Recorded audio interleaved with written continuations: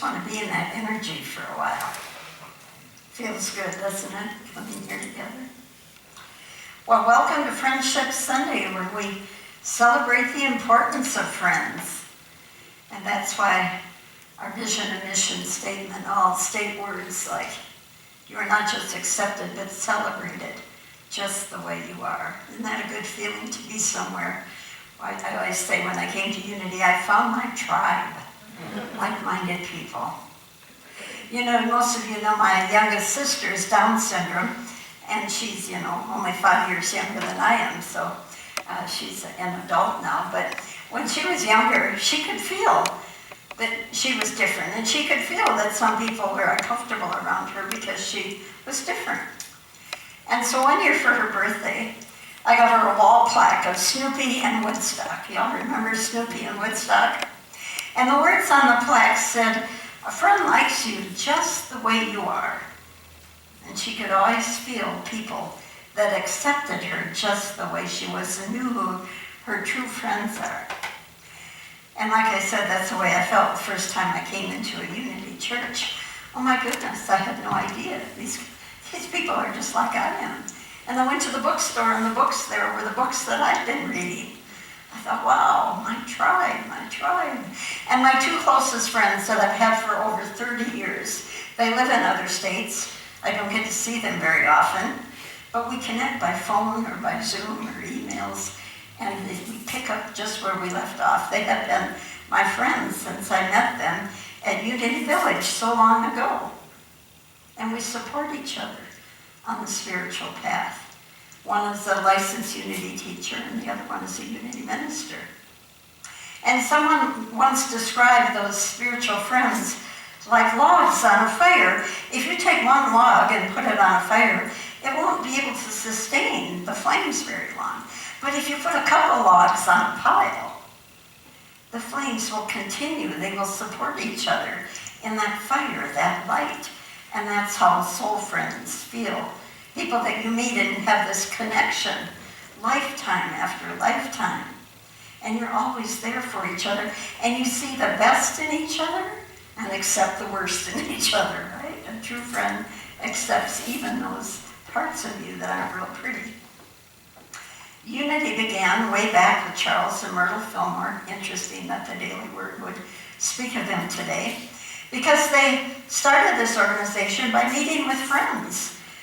And they studied the power of prayer and practiced the power of prayer to heal and transform us. And they studied truth. They called it metaphysics. What is the underlying essence of all this? And they know that truth never changes, but our understanding of truth changes. We don't own truth, it's universal. We don't force our truth on others. But we are here to seek and explore and deepen our understanding of truth. And Charles Fillmore, my favorite quote of his, is, "I have the right to change my mind." Don't you love that?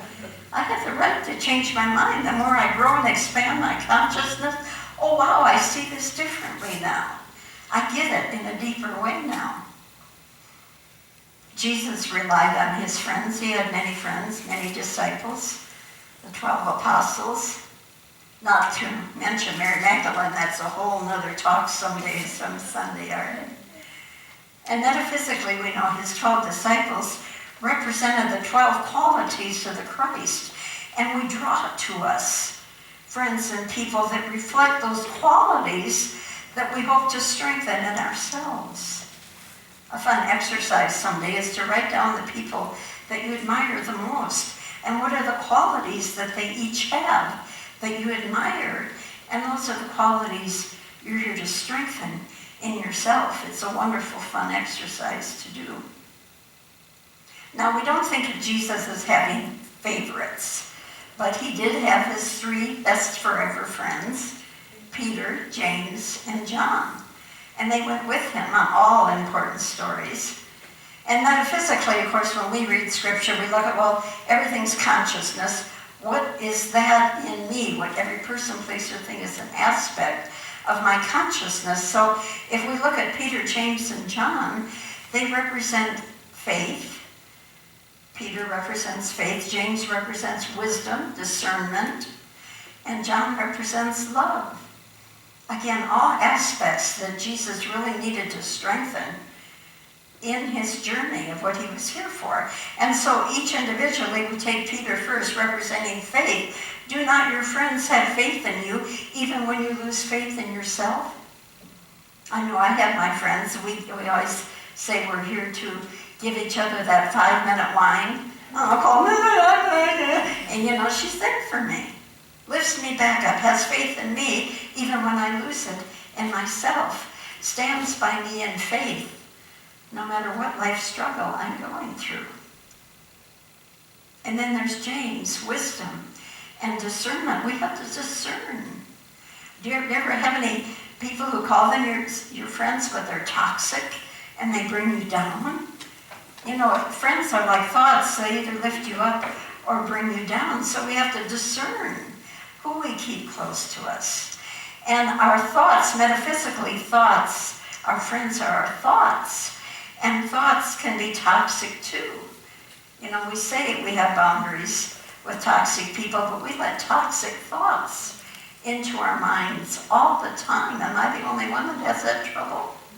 And we have to use that discernment, that wisdom, to watch, to choose those friendly thoughts, not the toxic ones. Our thoughts can work for us or against us. Well, then there's John, who stood by Jesus, stood by the cross when all the other friends left. Anyone here who has ever had a life crisis knows that in a life crisis, you find out who your friends are, right? I know when I lost my first baby, it's hard. People don't know what to say to you. And there were people that would look away or cross to the other side of the street. And I knew it was because they just didn't know what to say, how to handle it. But your true friends will be there for you, knowing there's nothing you can say or do. You just stand with them in love. That's why love is so important. There's no judgments, no shoulda, woulda, coulda. People that just stand by you in love. And metaphysically, everything is consciousness. Our true friends and our true thoughts keep us in that higher state of mind. We can't always choose life situations. We can't always choose what's going on in the world, but we can choose our friendly thoughts and not let the toxic ones enter our state of mind. Or if they do, we shoo them away and bring those friendly ones back in.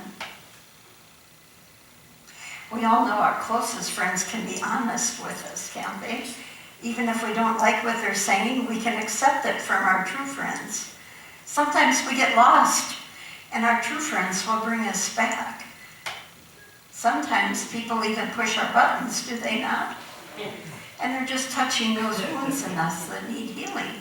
Sometimes the people that drive you the most crazy on a soul level are your closest friends that are here to push those buttons, to help you to heal, to get to that higher state of mind. Jesus even said to his best friend Peter one day, "Get behind me, Satan." Can you imagine his best friend saying that? But Peter was taking him into fear. Don't go to Jerusalem, there may be trouble there. Jesus knew his destiny, that's where he was supposed to go. Get behind me, Satan, don't take me into fear. I need to follow my inner guidance, my spiritual direction of where I need to be right now. And yet wherever he went that was important, he always took Peter, James, and John. Faith, wisdom, love.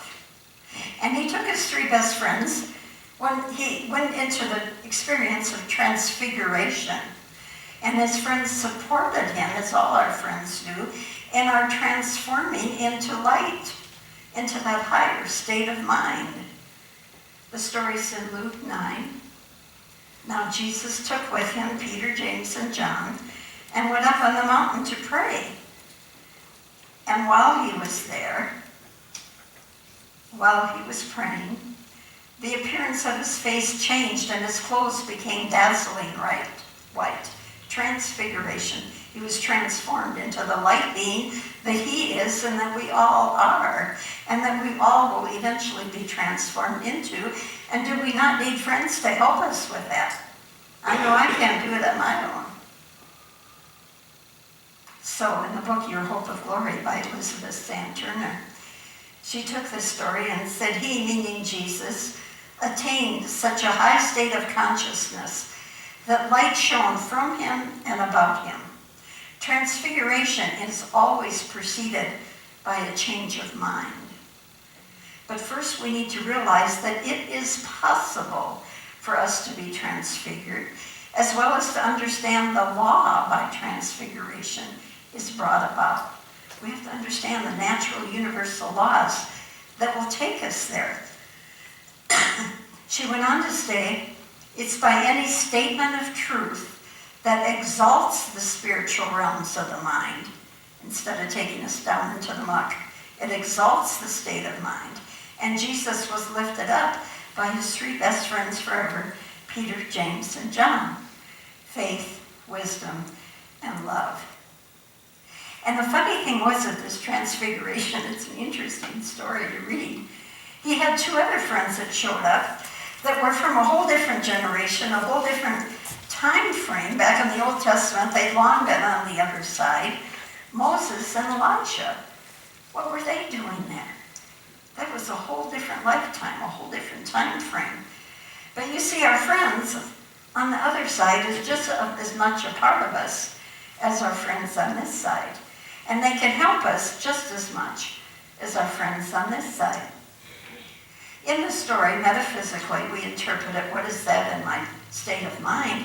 Moses represents that understanding of the law of transfiguration that Elizabeth Sam Turner was just talking about. Oh, this is how I transform. This is how it works. And this Elijah was a prophet, so it was like his higher self proclaiming it to his human self.